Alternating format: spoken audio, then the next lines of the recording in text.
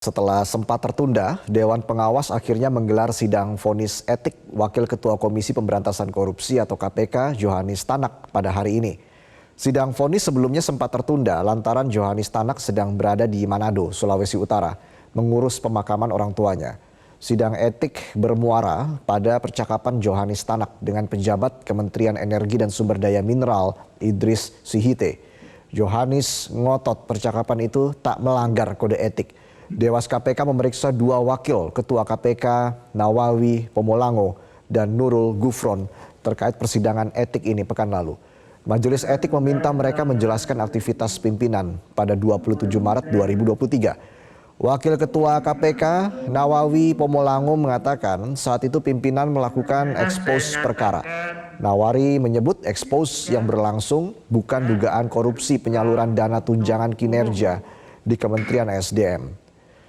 Dan untuk mengetahui informasi selengkapnya kita sudah terhubung dengan jurnalis Metro TV Rona Marina langsung dari Gedung KPK Jakarta.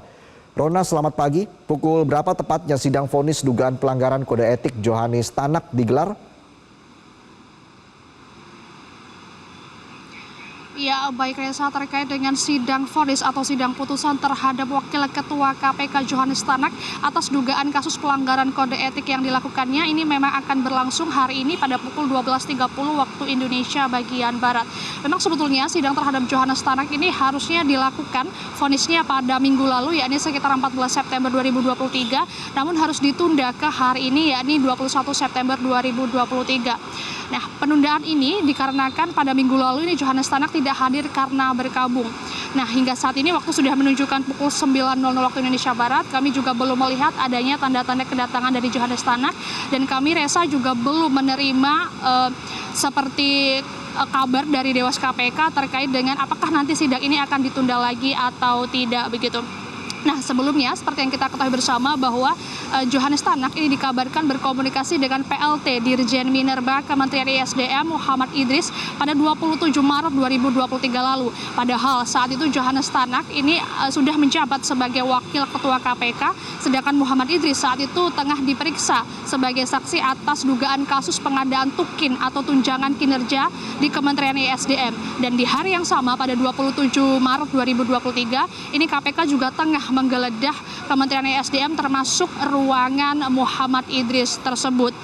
Maka dari itu sebelumnya memang Dewas menemukan adanya kejanggalan yang dilakukan oleh Johanis Tanak dan juga Muhammad Idris ini setelah menangani laporan dari ICW atau Indonesian Corruption Watch, dan saat itu ditemukan juga sempat viral di media sosial percakapan antara Johanis Tanak dan juga Muhammad Idris dengan potongan kalimat seperti bisalah kita cari duit. Namun dari situ ketika Dewan Pengawas KPK ingin segera memeriksa Johanis Tanak menolak untuk diperiksa handphonenya, dan juga muncul dugaan bahwa ternyata kalimat tersebut sudah dihapus oleh Johanis Tanak. Reza. Ya Rona, lalu apakah sudah ada bocoran soal apa vonis yang akan diberikan pada Johanis Tanak?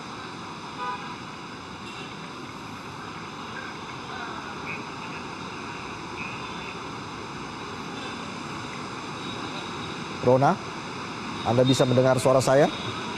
Ya Reza, terkait dengan vonis ini kami belum mengetahui detailnya. Nantinya Johanis Tanak ini akan divonis dengan sanksi sedang, ringan ataupun berat, seperti sanksi-sanksi berupa sanksi tertulis, kemudian sanksi pemotongan gaji ataupun sanksi pemecatan. Hingga saat ini kami awak media juga masih menantikan bersama-sama hasil dari vonis pada hari ini, karena akar permasalahannya nanti akan informasikan dari Dewas KPK kepada publik setelah selesai dari sidang vonis pada hari ini.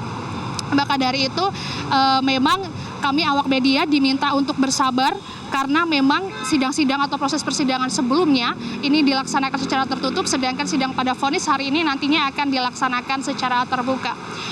Dan sebetulnya Johanis Tanak ini juga sudah diduga melanggar pasal 4 ayat 1 atau pasal 4 ayat 2 Peraturan Dewan Pengawas KPK nomor 3 tahun 2021 tentang penegakan kode etik dan kode perilaku KPK. Dan sebetulnya pada 21 Juli lalu ini Johanis Tanak Reza ini mengaku bahwa dirinya tidak melanggar kode etik dan menyebut bahwa Dewan Pengawas KPK ini hanya mencari-cari kesalahannya saja. Namun dari situ bisa dilihat bersama-sama ritme atau dinamika persidangan yang dihadiri ini justru Johannes Tanak sempat seperti kabur-kaburan dan juga sempat mangkir beberapa kali dari proses persidangan tersebut. Demikian Reza yang dapat kami laporkan, kembali ke studio. Baik, Rona Marina melaporkan langsung dari gedung KPK Jakarta. Selamat bertugas kembali. Jelajahi cara baru mendapatkan informasi. Download Metro TV Extend sekarang.